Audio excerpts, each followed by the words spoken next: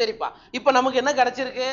Glycolysis உடைய முடிவுல pyruvic acid கிடைச்சிருக்குது. எத்தனை மாலிகூல்? 2 மாலிகூல். எத்தனை கார்பன் கொண்டது பைருவிக் ஆசிட்? 3 கார்பன் கொண்டது. சார் அந்த பைருவிக் ஆசிட் பாக்டீரியாவில் பைருவிக் ஆசிட் ஃபார்ம் ஆகுது, யூகேரியாட்லயும் பைருவிக் ஆசிட் ஃபார்ம் ஆகுது. அந்த பைருவிக் ஆசிட் எங்கெங்கெல்லாம் பயன்படுத்தப்படுகிறது? சரியா, அடுத்தது எங்கெங்கெல்லாம் அதை பயன்படுத்தப்படுகிறது அப்படின்றத நம்ம பார்க்க போறோம். ரைட்டா? There are 3 major ways in which different cells handle pyruvic acid produced by glycolysis. அப்ப கிளைகாலிசிஸ் மூலமா கிடைச்ச பைருவிக் அமிலத்தை 3 சரியா வெவ்வேறு செல்கள் 3 வழிமுறைகள்ல பயன்படுத்துகின்றன. இதுதான் ஃபர்ஸ்ட் பாயிண்ட்க்கான அர்த்தம். சரியா, அது என்னென்ன அப்படின்னு பாத்தீங்கன்னா, these are lactic acid fermentation, இது ஒரு ஒண்ணு. ரெண்டாவது ஆல்கஹாலிக் ஃபெர்மெண்டேஷன், அதாவது லாக்டிக் அமில நொதித்தல். ரெண்டாவது வந்து ஆல்கஹால் நொதித்தல். மூணாவது காற்றுள்ள சுவாசம். புரியுதா? பைருவிக் ஆசிட் நமக்கு கிடைச்சிச்சு.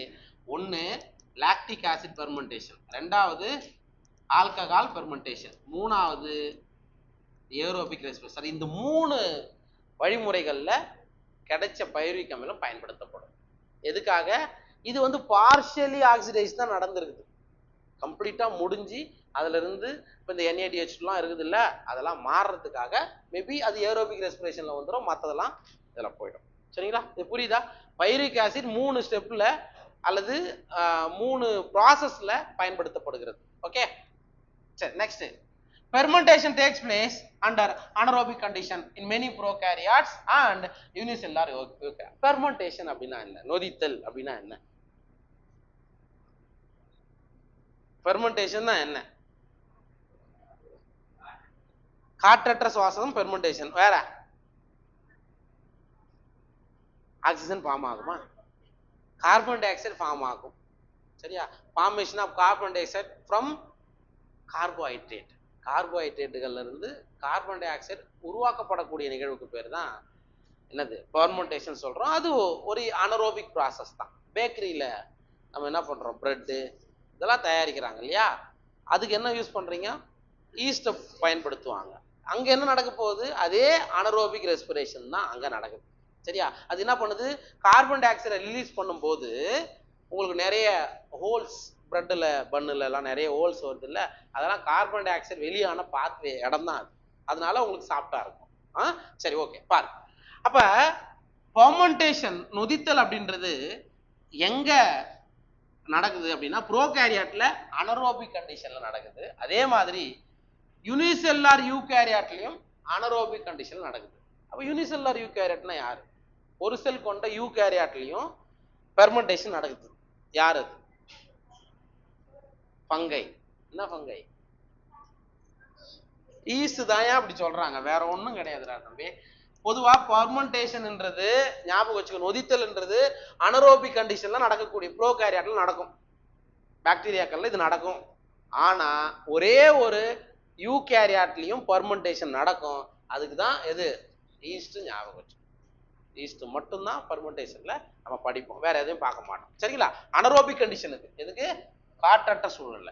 For the complete oxidation of glucose to carbon dioxide and water, however, organism adopt Krebs cycle, which is also called as aerobic respiration. Sir, முழுமையா குளுக்கோஸ் ஆக்சிஜனேற்றம் அடைஞ்சு கார்பன் டை ஆக்சைடும் வாட்டரும் ரிலீஸ் ஆகணும். கம்ப்ளீட்டா ஆக்சிடேஷன் அடையணும்னா என்ன ஆகணும்? ஆக்சிஜன் பயன்படுத்தப்பட்டு கார்பன் டை ஆக்சைடு ரிலீஸ் ஆகணும்னு சொல்றோம், பிளஸ் வாட்டர் மாலிகுல் ரிலீஸ் ஆகும். இதெல்லாம் எங்க சார் நடக்கும் அப்படின்னா, எந்தெந்த ஆர்கனிசம் ஏரோபிக் ரெஸ்பிரேஷனை மேற்கொள்கிறதோ, காற்றுள்ள சுவாசம். இப்ப நம்ம, சரியா? அப்ப நம்மளுக்கு என்ன நடக்குது? நம்ம உடம்புல கிரெப்ஸ் சைக்கிள் நடக்குமா? மைட்டோகாண்ட்ரியாவுல நடக்கும். யூகேரியாட் பிளான்ட்ல நடக்குமா? நடக்கும். அப்ப ஏரோபிக் ரெஸ்பிரேஷன் மூலமா உங்களுக்கு என்ன ஆகும்? கம்ப்ளீட்டா ஆக்சிடேஷன் நடந்து ஆக்சிஜனும் ரிலீஸ் ஆகும். புரியுதா? ஆக்சிஜன் ரிலீஸ் ஆகுமா? சுவாசித்தல் ஆக்சிஜன் ரிலீஸ் ஆகுமா?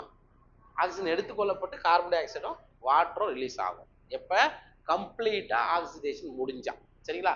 இப்ப இந்த பாயிண்ட்ல நீங்க என்ன ஞாபகம் வச்சுக்கணும் தெரியுமா? பைருவிக் ஆசிட் வந்து 3 பாத்வேல பயன்படுத்தப்படுகிறது. ஒன்னு லாக்டிக் ஆசிட் ஃபெர்மெண்டேஷன், ரெண்டாவது ஆல்கஹால் ஃபெர்மெண்டேஷன், மூணாவது ஏரோபிக் ரெஸ்பிரேஷன். சரியா?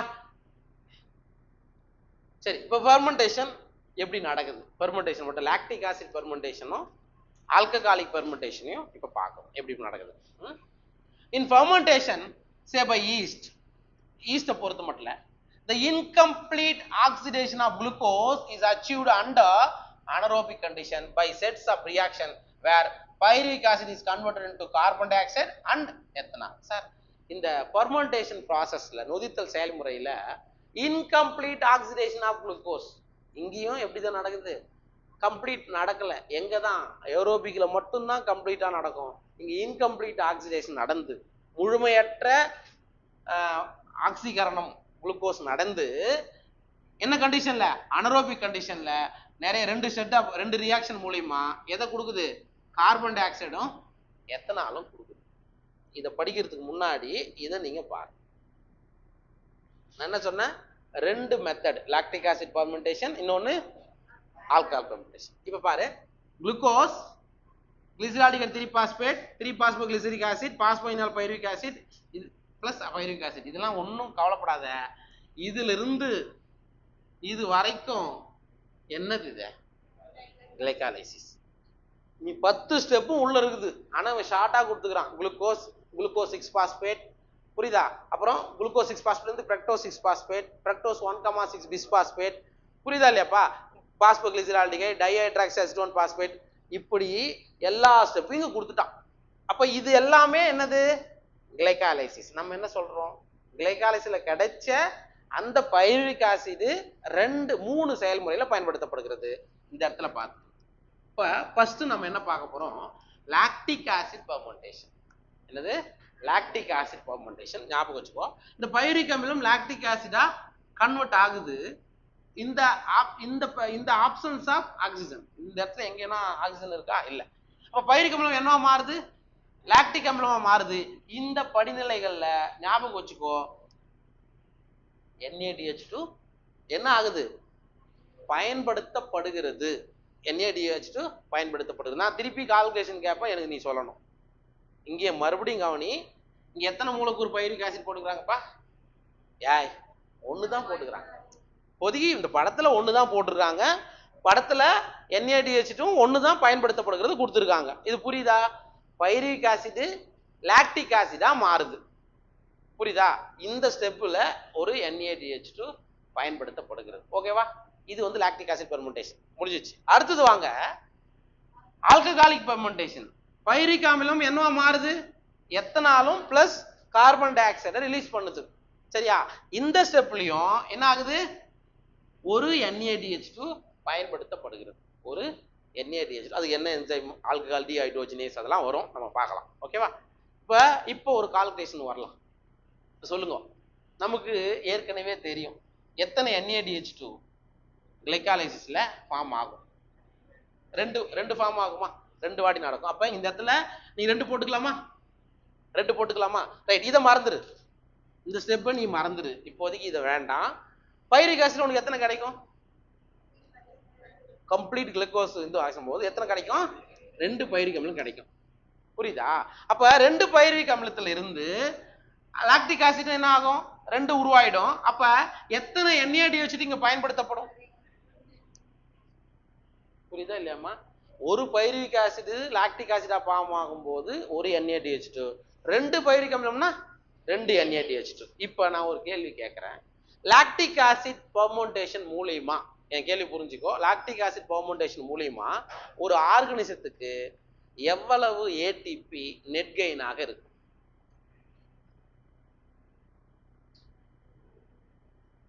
என் கேள்வி புரியுதா. மறுபடியும் சொல்றேன் இதெல்லாம் மறந்துரு. லாக்டிக் ஆசிட் ஃபெர்மெண்டேஷன் சரியா. லாக்டிக் ஆசிட் நொதித்தல் என்ற செயல்முறை ஒரு உயிரினத்தில் நடக்குது. சே ஃபார் எக்ஸாம்பிள் ஒரு பாக்டீரியாவில் நடக்குது. அதன் மூலியமா அந்த பாக்டீரியா எவ்வளவு ATPய நிகர லாபமா நெட் கெயினா கிடைக்கும் பெறும் 6 2 4 2 தான்.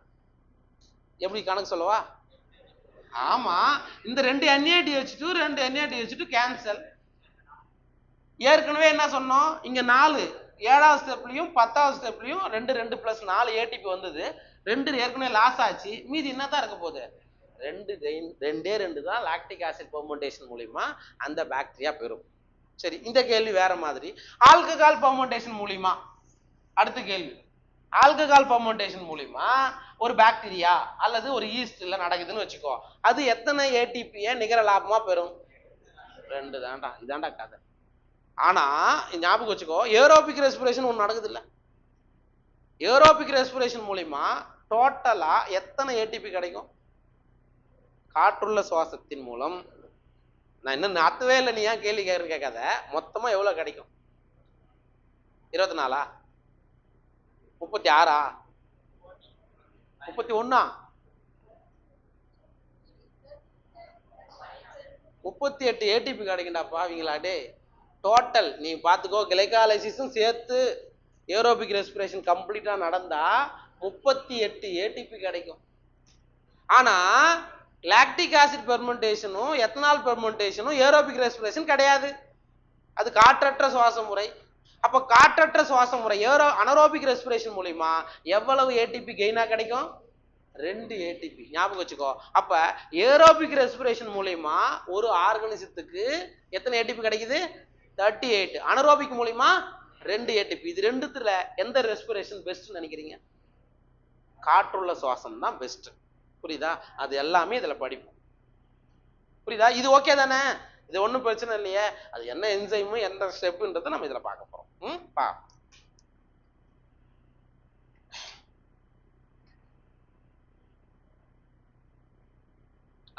சரி, okay. In fermentation, say by yeast, the incomplete oxidation of glucose is achieved under anaerobic condition by sets of reaction where pyruvic acid is converted into carbon dioxide and ethanol. அதான் நம்ம first step பார்த்தோம். The enzymes pyruvic acid decarboxylase and alcohol dehydrogenase catalyze this reaction. இந்த இடத்துல ஞாபகம் வச்சுக்கோ, 2 enzyme involve ஆகுது. எங்க? Pyruvic acid என்னவா மாறும்போது?